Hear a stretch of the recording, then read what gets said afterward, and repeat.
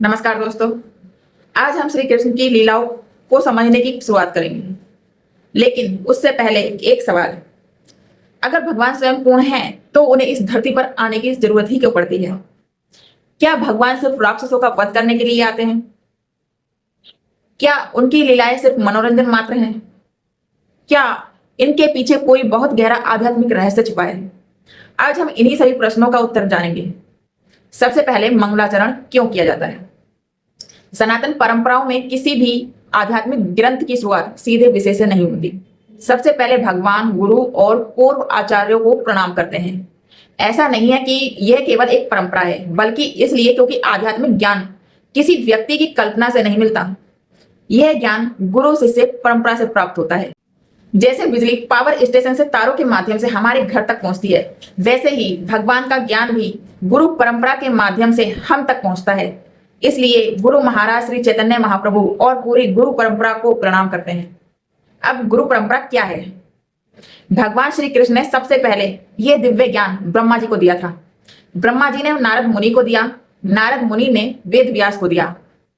वेद व्यास से यह ज्ञान आगे अनेक आचार्यों तक पहुंचा और अंत में श्री चैतन्य महाप्रभु ने पूरे संसार में कृष्ण भक्ति का प्रचार किया। इसी परंपरा को गौड़ीय संप्रदाय कहते हैं। इसका अर्थ है कि आज जो ज्ञान हम सुन रहे हैं वो किसी की बनाई हुई कहानी नहीं है, बल्कि हजारों वर्ष से सुरक्षित रखा हुआ दिव्य ज्ञान है। भगवान श्री कृष्ण कौन है? बहुत लोग सोचते हैं कि कृष्ण विष्णु के अवतार हैं, लेकिन भागवत और भगवत गीता के अनुसार श्री कृष्ण स्वयं पूर्ण पुरुषोत्तम भगवान है। अर्थात विष्णु, नारायण और अन्य सभी दिव्य रूप उन्हीं के विस्तार हैं। जैसे एक दीपक से हजारों दीपक जल सकते हैं, लेकिन मूल दीपक वही रहता है, उसी प्रकार सभी विष्णु रूप श्री कृष्ण से प्रकट होते हैं। भगवान गीता में कहते हैं, जब जब धर्म की हानि होती है और अधर्म बढ़ता है, तब तब मैं स्वयं प्रकट होता हूं। इसका अर्थ केवल राक्षसों का वध करना नहीं है। भगवान का मुख्य उद्देश्य है धर्म की स्थापना, भक्तों की रक्षा, दुष्टों का विनाश और सबसे महत्वपूर्ण, लोगों को अपने प्रेम की ओर आकर्षित करना। लेकिन भगवान अकेले नहीं आते। यही एक बहुत सुंदर रहस्य आता है। जब श्री कृष्ण पृथ्वी पर प्रकट होते हैं, तो उनके साथ उनके सभी दिव्य विस्तार भी आते हैं, जैसे नारायण, वासुदेव, संकर्षण, प्रद्युम्न, अनिरुद्ध और अनेक विष्णु स्वरूप। इसलिए श्री कृष्ण की लीलाएं केवल एक मनुष्य की लीला नहीं है, उनके साथ संपूर्ण दिव्य शक्तियां उपस्थित रहती हैं। अब समझते हैं महाविष्णु कौन है। यह विषय थोड़ा गहरा है, इसे बहुत सरल भाषा में समझते हैं। आध्यात्मिक जगत में मूल भगवान श्री कृष्ण है। भौतिक सृष्टि का निर्माण सीधे श्री कृष्ण नहीं करते, उस कार्य के लिए उनके विस्तार कार्य करते हैं। सबसे पहले विस्तार हैं महाविष्णु, जिन्हें करुणोदक साई विष्णु भी कहा जाता है। इन्हीं से भौतिक सृष्टि की शुरुआत होती है। कहा जाता है कि उनके प्रत्येक श्वास के साथ असंख्य ब्रह्मांड प्रकट होते हैं और श्वास भीतर लेने पर पुनः उनमें समा जाते हैं। इसलिए संपूर्ण भौतिक सृष्टि का मूल कारण महाविष्णु है। फिर आते हैं गर्भोदक साई विष्णु। जब एक एक ब्रह्मांड प्रकट हो जाता है, तब महाविष्णु स्वयं हर ब्रह्मांड में एक अलग रूप में प्रवेश करते हैं। यह रूप है गर्भोदक साई विष्णु। ये प्रत्येक ब्रह्मांड के भीतर स्थित होकर सृष्टि की व्यवस्था करते हैं। इन्हीं की नाभि से कमल प्रकट होता है, उस पर ब्रह्मा जी जन्म लेते हैं। फिर ब्रह्मा जी आगे संपूर्ण सृष्टि का निर्माण करते हैं। फिर आते हैं श्रीयोदक साई विष्णु। इसके बाद भगवान तीसरे रूप में प्रकट होते हैं, श्रीयोदक साई विष्णु। ये प्रत्येक जीव के हृदय में परमात्मा रूप के रूप में रहते हैं। यही प्रत्येक अणु में भी विद्यमान है और सामान्य रूप में संसार में जितने भी अवतार आते हैं, वे इसी श्रीयोदक साई विष्णु के माध्यम से प्रकट होते हैं। इसलिए इन्हें अवतारों का आधार भी कहा जाता है। जब श्री कृष्ण पृथ्वी पर आते हैं, तो केवल एक मानव शरीर लेकर नहीं आते। उनके साथ महाविष्णु, गर्भोदक साई विष्णु, श्रीयोदक साई विष्णु, नारायण, वासुदेव, संकर्षण, प्रद्युम्न, अनिरुद्ध सभी दिव्य विस्तार भी उनके साथ रहते हैं। इसी कारण कृष्ण की प्रत्येक लीला अनंत आध्यात्मिक शक्तियों से परिपूर्ण होती है। भगवान कहाँ रहते हैं? भगवान का सर्वोच्च धाम है गोलोक वृंदावन। ये भौतिक संसार का कोई साधारण स्थान नहीं है। यह आध्यात्मिक जगत का सबसे ऊंचा लोक है। वहां समय का प्रभाव नहीं है, मृत्यु नहीं है, बुढ़ापा नहीं है, दुख नहीं है।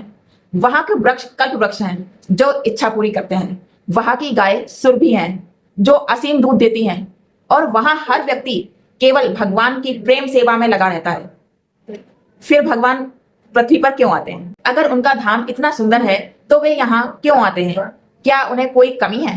नहीं, भगवान को किसी चीज की आवश्यकता नहीं होती।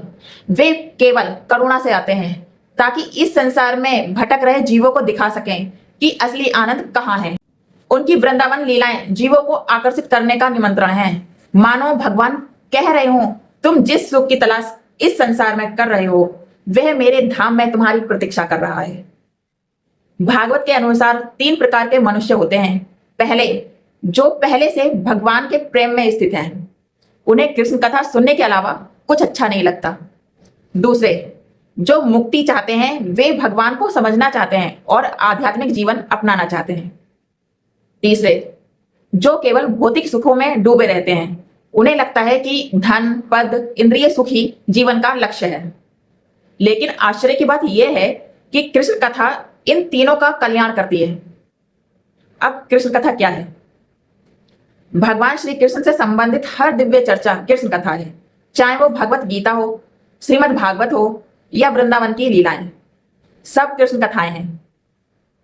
कृष्ण कथा सुनने का लाभ जैसे गंगा का जल स्पर्श करने से शरीर पवित्र हो जाता है, वैसे ही कृष्ण कथा सुनने से मन शुद्ध होने लगता है। सबसे सुंदर बात यह है, केवल सुनने वाला ही नहीं, सुनाने वाला, प्रश्न पूछने वाला और श्रद्धा से सुनने वाला सभी लाभ प्राप्त करते हैं।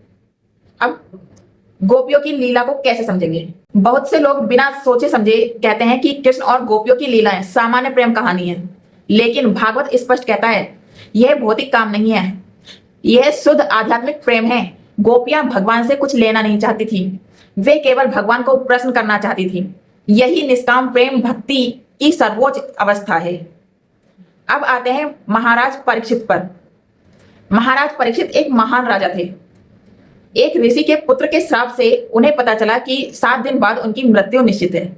सोचिए, यदि आपको पता चले कि केवल 7 दिन शेष हैं जीवन के, तो आप क्या करेंगे?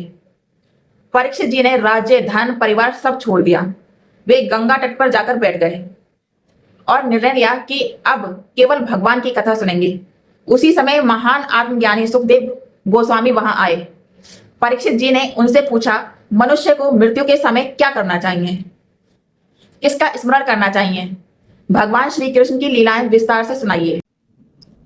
उन्होंने वासुदेव, देवकी, रोहिणी, बलराम, कंसवध, वृंदावन, मथुरा, द्वारका, भगवान के विवाह, उनकी रानियां और उनके समस्त दिव्य लीलाओं के विषय में प्रश्न किए। सुखदेव स्वामी ने 7 दिनों तक इन प्रश्नों के उत्तर दिए। यही दिव्य संवाद आगे चलकर श्रीमद् भागवत के रूप में प्रसिद्ध हुए। विष्णु रथ नाम क्यों पड़ा? महाराज परीक्षित जब अपनी माता के गर्भ में थे, तब अश्वत्थामा के ब्रह्मास्त्र से उनका जीवन संकट में पड़ गया था। उसी समय स्वयं भगवान विष्णु ने गर्भ में प्रवेश करके उनकी रक्षा की।